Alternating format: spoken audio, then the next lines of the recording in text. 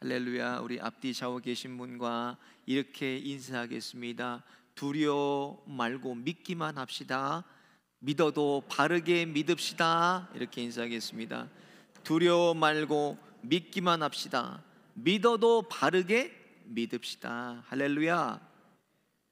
새해 많은 분들이 기도 제목을 저에게 부탁하고 기도하기 힘쓰고 있습니다.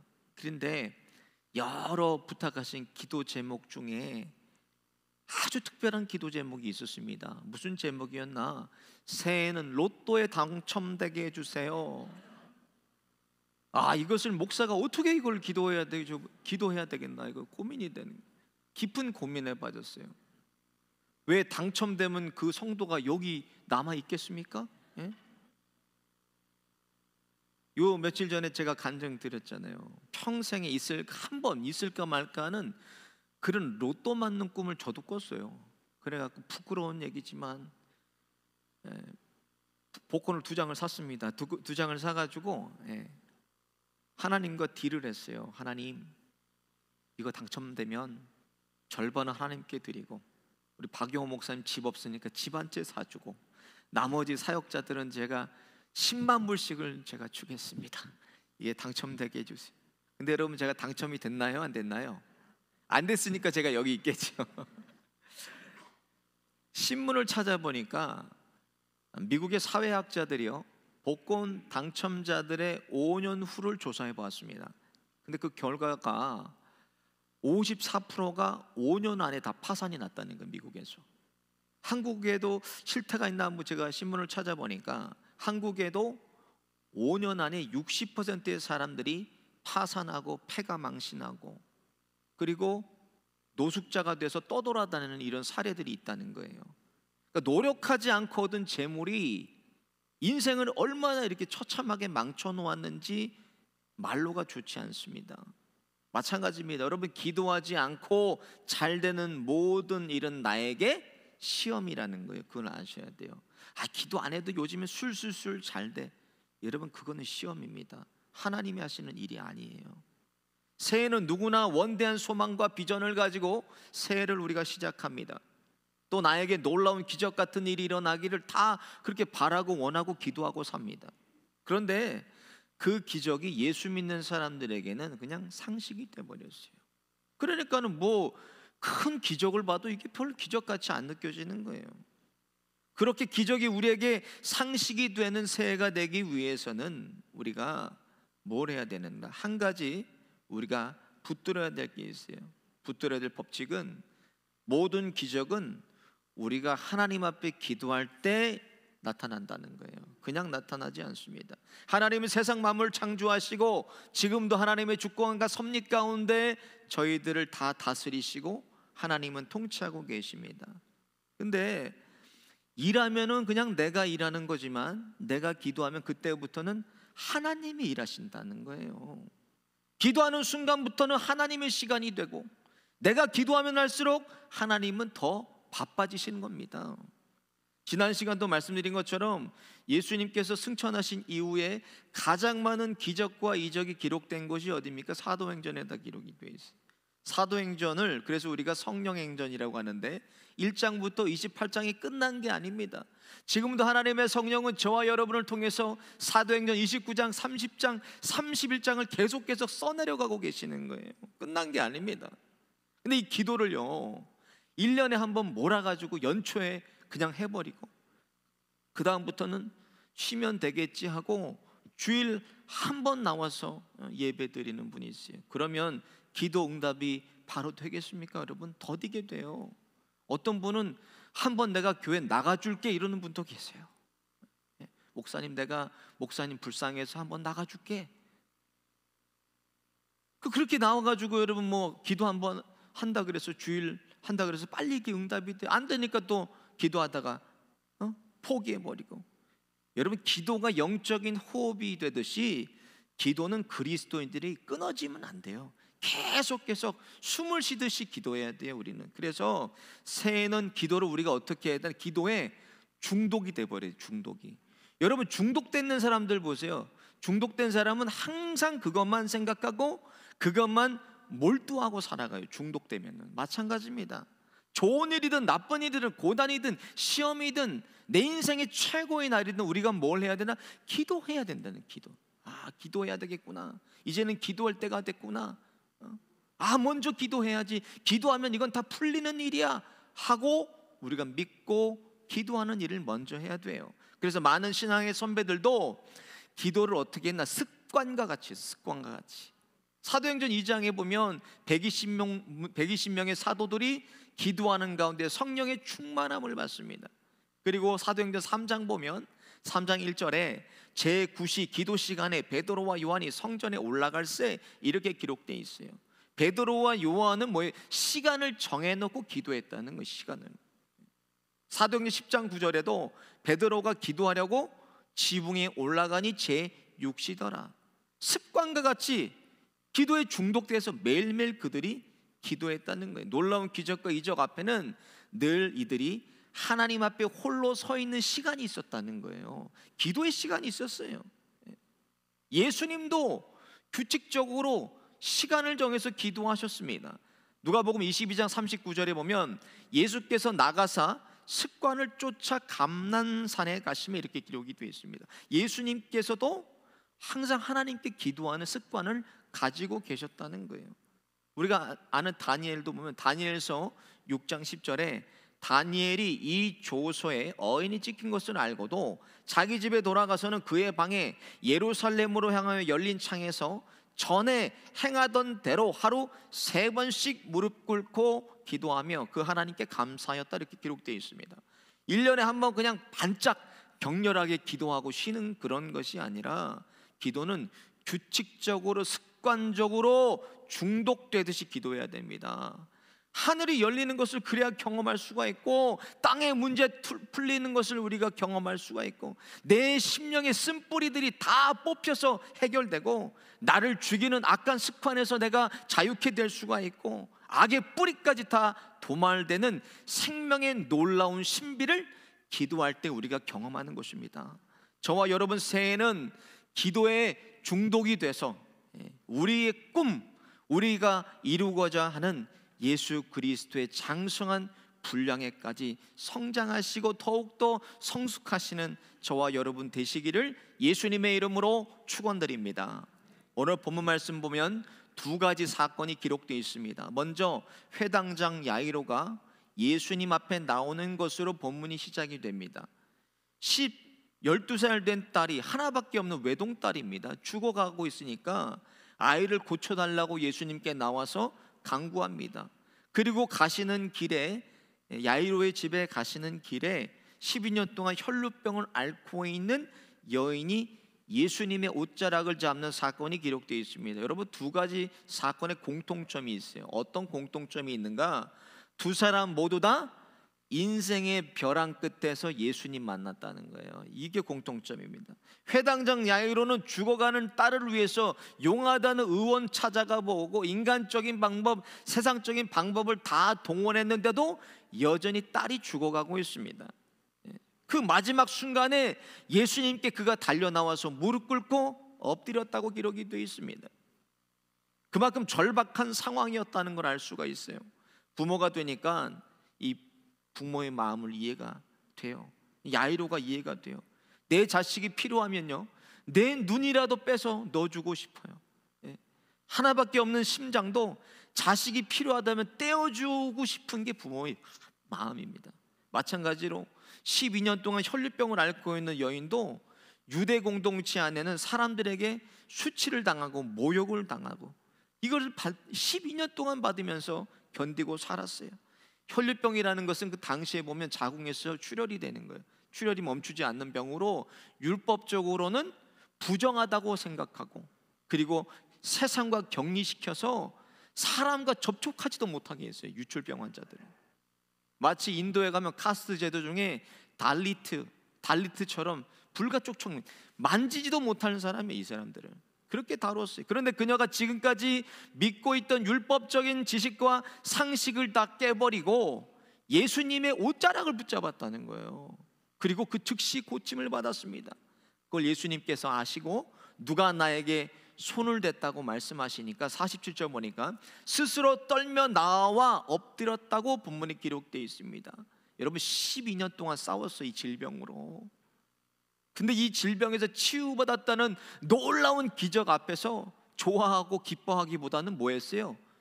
혹시 나 때문에 예수님이 부정하게 되지 않으셨을까? 두려운 마음으로 예수님께 나왔다는 거예요. 여인이 2023년에서 2024년으로 새해가 밝았습니다. 근데 숫자만 바뀌었어. 숫자만. 여전히 누군가는 변하지 않는 인생의 문제들을 여전히 가지고 있다는 거예요. 그걸 고민하고 씨름하고 지금도 해결받기 위해서 주님 앞에 나오고 벼랑 끝에 서 있는 분도 계실 거라고 믿습니다. 근데 오늘 우리들에게 예수님께서 이렇게 말씀하신다는 거 같이 보겠습니다. 시작. 예수께서 들으시고 가라사대 두려워 말고 믿기만 하라. 그리하면 딸이 구원을 얻으리라 하시고. 근데 우리가 무엇을 믿어야 될지는 정확하게 모른다는 거예요, 여러분. 목사에게도 문득 물어보면 대답을 못해요. 교회 오래 다니시는 분들은 우리가 뭘 믿어요? 그러면 제대로 대답을 못해. 아이 그냥 믿기만 해. 무엇을 어떻게 믿어야 되는지 구체적으로 모른다는 거예요. 그래서 지난 시간에 정교인 세미나 할 때 우리가 믿는 것을 4가지로 우리가 요약할 수 있다 그랬어요. 뭐지? 첫 번째, 뭘 믿어요? 우리는 예수님이 그리스도를 믿는 거예요. 오직 유일한 구원자라고 믿. 두 번째로 믿는 게 뭐예요? 하나님의 말씀 성경 66권을 하나님으로 믿는 거예요. 또 세 번째로 우리가 믿는 건 뭐예요? 우리는 천국과 지옥이 있음을 믿어요. 영생이 있음을 믿는다는 거예요. 여러분, 저와 여러분은 그냥 나와 있는 사람이 아니에요. 영원한 생명을 가지고 여기 나와 있는 사람이에요. 우리는 생명 있다는 걸 믿어요. 마지막으로 우리가 뭘 믿는가?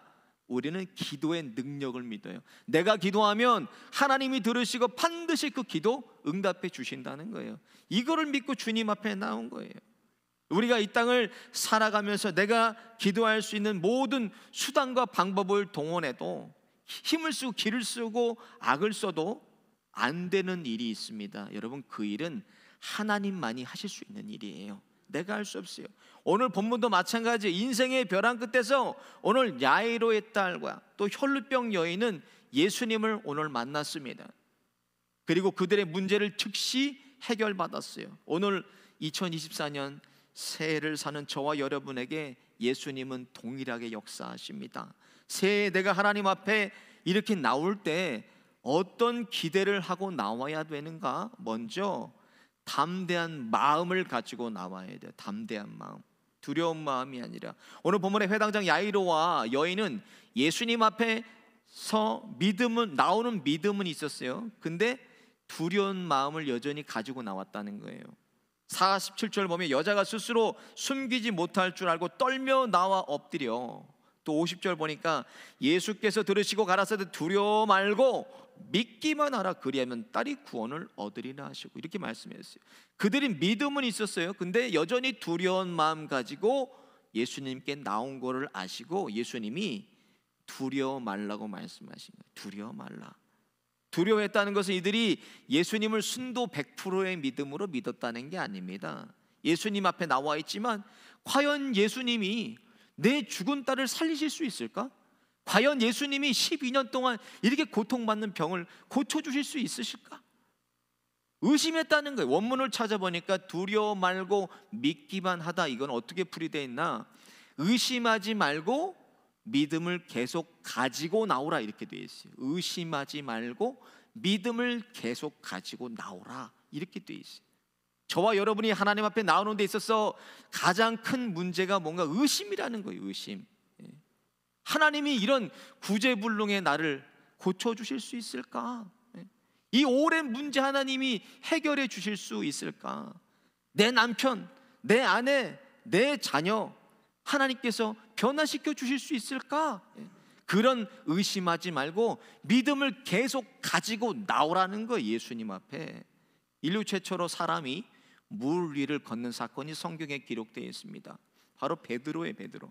마태복음 14장에 보면 풍랑 중에 예수님께서 제자들에게 걸어오세요. 배에 탔던 제자들이 예수님 보고 유령이다 막 놀랐어요. 근데 베드로가 얘기해. 만약 주시거든 저를 오라 하소서. 예수님이 명예에서 오라고 하니까 베드로가 배에서 뛰어내려서 바다 위를 걷습니다. 예수님 보고 바다 위를 걸어요. 여러분들, 베드로가 물 위를 걷는 게 기적이 아닙니다. 기적이 뭐예요? 어부란 사람이, 평생 어부 일을 한 사람이 안전하다고 생각되는 곳을 모르겠어요. 그 풍랑 가운데 안전한 곳은 배안입니다. 배안을 벗어나서 배를 버리고 바다로 뛰어내렸다는 게, 그게 기적인 거예요. 자기가 믿고 있던 지식과 상식과 경험을 다 버리고 예수님 보고 갔다는 게 기적입니다. 근데요, 성경에 이렇게 기록되어 있어요. 14장 30절에 이렇게 기록되어 있습니다. 시작. 바람을 보고 무서워 빠져가는지라 소리질러 가로되 주여 나를 구원하소서 하니. 예수님을 보고 갈 때는 걸어갔다는 거예요. 근데 바람을 보고 그가 두려워하니까는 빠져버렸습니다. 이게 무슨 말인가? 내가 어떻게 이 강풍에서 풍랑을 이겨낼 수가 있지? 의심했다는 거예요. 의심했다는 거. 마음에 의심이 생겼어요. 저와 여러분은 하나님 앞에 나올 때 계속 믿음을 가지고 담대한 마음 가지고 나오시기를 예수님의 이름으로 축원드립니다. 예수님이시라면 나를 고치실 수 있어. 예수님이시라면 우리 남편을, 아내를 변화시킬 수가 있어. 믿음 가지고 담대하게 나오는 거예요. 의심 없이. 예수님 만났던 모든 사람들의 공통점이 무엇입니까? 다 담대한 믿음을 가지고 담대한 마음으로 나왔다는 거예요. 중풍병자, 왕의 신하, 수로보니게 여인, 바디메오, 삭개오, 마태, 수없이 많은 사람들이 믿음으로 담대한 마음을 가지고 예수님께 나왔어요. 예수님이시라면 나를 고치실 수가 있고, 나를 변화시키실 수가 있고, 나를 만지실 수가 있다는 담대한 마음 가지고 예수님께 나왔다는 거예요. 그러니까 예수님은 지금도, 오늘도 동일합니다. 예수님은 만지지 못할 사람이 없으세요. 여러분 믿으십니까? 고치지 못할 병이 없으세요. 예수님은. 변화시키지 못할 사람이 예수님은 없으십니다. 예수님 만나면 모든 문제에 답을 얻고 모든 문제에 다 해결을 받습니다. 담대한 믿음 가지고 나오시기를 예수님 이름으로 축원드립니다. 두 번째로, 예수님은 무엇이든지 맡아주시는 분이세요. 44절 보겠습니다. 시작. 예수의 뒤로 와서 그 옷가에 손을 대니 혈루증이 즉시 그쳤더라. 54절 같이 보겠습니다. 시작. 예수께서 아이의 손을 잡고 불러 가라사대 아이야 일어나라 하시니 그 영이 돌아와 아이가 곧 일어나거늘. 이렇게 기록되어 있어요. 12년간 혈루병을 앓아온 여인은 예수님의 옷깃만 붙잡고도 그 즉시 그 여인이 깨끗해졌습니다. 율법대로라면 이제 뭐예요? 예수님이 부정해지신 거예요. 레위기 15장에 보면 유출병 환자는 격리시키고 접촉하지 못하게 했고, 혹시 접촉했다면 옷을 빨고 몸을 씻고 그 하루 동안 부정하다라고 기록이 되어 있어요. 무엇을 말씀하신가? 여러분, 이거는 십자가의 본질을 말씀해 주시는 거예요. 십자가가 무엇인가? 십자가는 저와 여러분이 가진 상처, 죄악, 모욕, 쓴뿌리, 근심, 걱정, 더러운 죄 다 내가 가져갈게. 너는 이제 깨끗해졌어. 이게 십자가의 본질입니다. 예수님께서 십자가를 통해서 이미 저와 여러분의 모든 문제는 다 해결해 주셨습니다. 여러분 믿으십니까? 해결받았어요. 예수님은 우리의 모든 부정한 것을 다 십자가로 지어주셨습니다. 오늘 본문의 사람들은 야이로의 딸이 죽었다고 비웃습니다. 야이로의 딸을 그러나 예수님께서 잡으시고 아이야 일어나라 하시니 그 즉시 아이가 일어났어요. 회당장 야이로의 인생의 가장 큰 문제를 예수님께서 가져가 주셨습니다. 예수님은 저와 여러분을 심판하러 이 땅에 오신 것이 아닙니다. 예수님은 저와 여러분을 위해서 심판을 받으려고 오셨어요. 그래서 그 십자가로 예수님께서 다 모든 문제를 심판받으시고 해결해 주신 것입니다. 이것이 십자가의 본질이에요. 요한복음 12장 47절에 이렇게 기록되어 있습니다. 시작. 내가 저를 심판하지 아니하노라. 내가 온 것은 세상을 심판을 하심이 아니요 세상을 구원하려 함이로나. 할렐루야. 지금도 우리 안에 이렇게 펄펄 뛰고 있는데 옛사람, 더럽고 추하고 썩어서 냄새나는 우리 죄악들, 여전히 끊지 못하는 이 못된 습관들, 옛사람의 성질, 예수님께서 이미 십자가로 다 가져가 주셨습니다. 그리고 저와 여러분은 자유케 됐어요. 믿으십니까?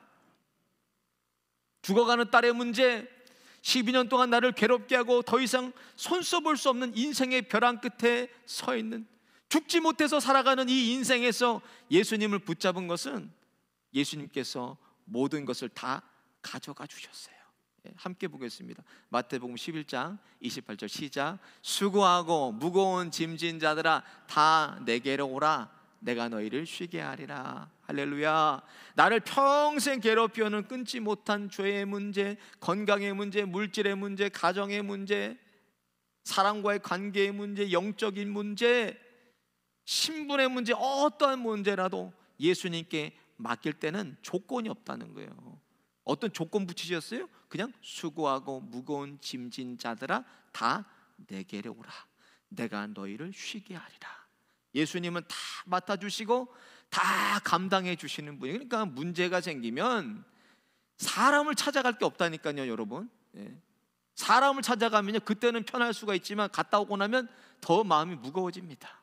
은행에 갈 필요도 없어요. 무슨 어디 쫓아다니고 그냥 병원, 큰 병원 가야 돼요. 명의를 찾아갈 것도 없어요. 모든 문제 앞에 우리가 찾아야 될 분은 한 분이에요. 누구예요? 예수님을 찾아야 돼. 예수님. 두려워 말고 담대함으로 예수님께 믿고 맡기셔서 저와 여러분의 모든 문제에서 자유케 되시기를 예수님의 이름으로 축원드립니다. 마지막으로 간절함은 통해요. 하나님께 간절함. 한 가지 더 우리에게 필요한 것은 예수님께 나올 때 간절함을 가지고 나와야 돼. 간절함. 41절에 회당장인 야이로라는 사람이 와서 예수의 발 아래 엎드려 자기 집에 오시기를 간구하니 이렇게 돼 있어요. 여러분, 회당장이 누구냐는 거예요. 그 당시 회당장은 장로 중에, 유대의 장로 중에 대표예요. 그래서 그날 말씀을 읽어주고 말씀을 가리킬 사람을 회당장이 뽑아서 세우는 사람이에요. 가장 존경받는 사람이에요. 유대 공동체에서 가장 존경받는 그런 선생이 회당장인데, 회당장이 자존심을 버리고 자기의 정치적인 지위 다 버리고 체면 버리고 신앙도 버리고 율법도 버리고 예수님 앞에 무릎 꿇고 그가 엎드렸다는 거예요. 얼마나 자식을 위하는 부모의 마음이 간절했겠어요. 하나밖에 없는 딸인데 그 간절함에 예수님이 감동하셨어요. 여러분, 본문을 찾아보면 예수님이 그 믿음에 감동하신 게 아닙니다. 네 믿음이 이렇게, 그런 말씀이 없어요. 믿음에 감동한 게 아니라 그 간절함에 예수님이 감동하셔서 회당장 야이로의 집으로 가시는 길에 오늘 혈루병 여인도 만나신 거예요.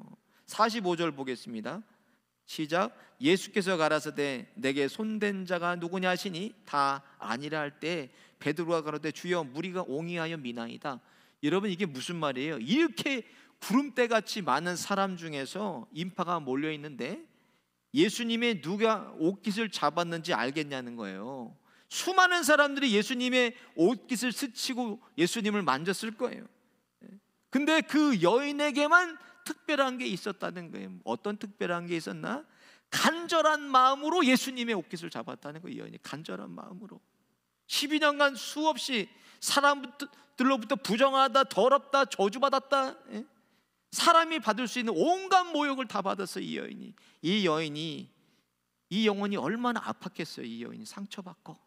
그러나 예수님의 옷자락만 만져도 뭔가 예수님이 나를 위해 해주실 수 있어. 간절한 마음으로 예수님의 옷자락을 이 여인이 잡았다는 거예요. 간절함은 그녀를 지금까지 가로막고 있던 율법의 장애물을 허물어 버렸어요. 그리고 질병의 장애물도 허물어 버렸습니다. 간절함으로 가로막은 모든 장벽을 이 여인이 허물어 버렸어요. 19세기 기도에 영성의 불을 붙이고 그리고 많은 기도의 저서를 남겼던 E.M. 바운주라는 사람이 있어요. 이 사람이 쓴 책 중에 간절함, 기도가 응답되는 순간이라는 책이 있습니다. 이 책에 보면 이렇게 나와 있어요. 기도란 하나님과 나누는 교제인데 간절한 기도란 어린아이와 같이 갈망과 신뢰와 기대감을 가지고 하나님을 향해 마음을 다 쏟아놓는 거라, 이렇게 얘기하고 있어요. 하나님께 숨김없이 내 마음에 가진 모든 것을 다 쏟아놓는 것이 간절한 기도라는 거예요. 요단을 건너고 약속의 땅에 들어갔어요, 이스라엘 백성이. 근데 이스라엘 백성은 막고 있는 게 있었어요. 뭐가 가로막고 있었지? 여리고 성벽이 가로막고 있었습니다.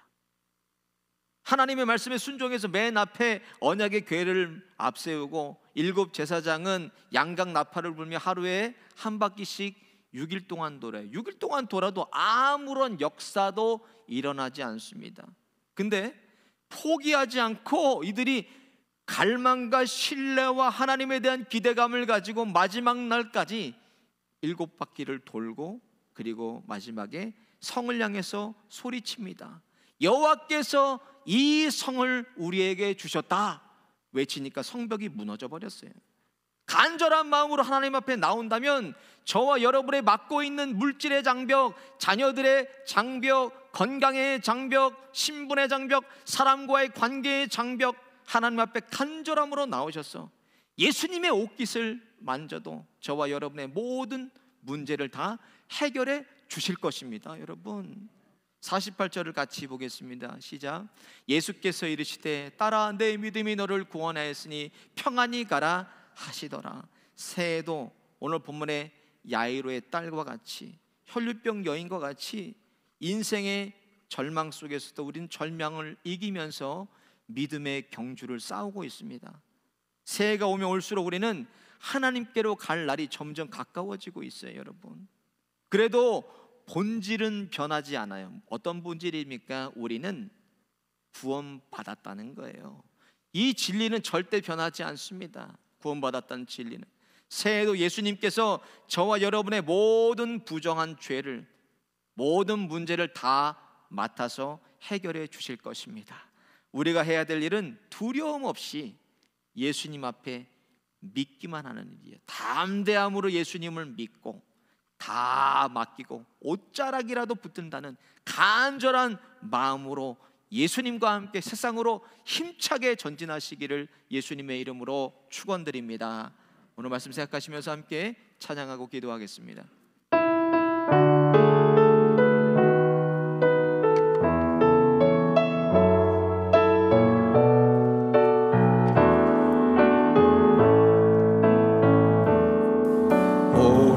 오래전부터 날 부르는 내 안에 깊은 절망, 아무리 많은 어떤 기대도 내게 없는데 사람들의 외면과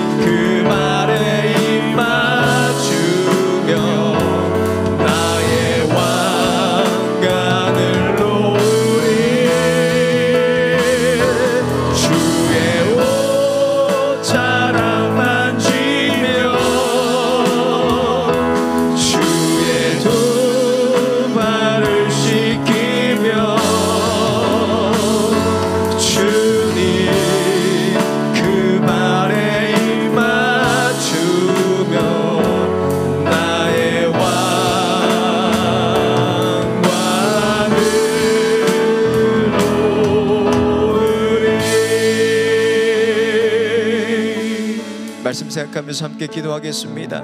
새 우리 앞에 놓인 인생의 모든 문제 앞에 인간적인 지식과 상식과 방법들을 내려놓게 하여 주시고, 예수님의 옷자락이라도 붙드는 간절한 담대한 믿음으로 붙잡아 주님을 만나게 하여 주옵소서. 앞을 가로막고 있는 물질의 장벽, 가정의 장벽, 건강의 장벽, 신분의 장벽, 사랑과의 관계의 장벽 앞에 두려워 말고 믿기만 하라는 말씀을 의지하여서 믿음으로 인생의 여리고를 무너뜨리게 하여 주옵소서. 주여 하면 벌어질과 함께 기도하겠습니다. 주여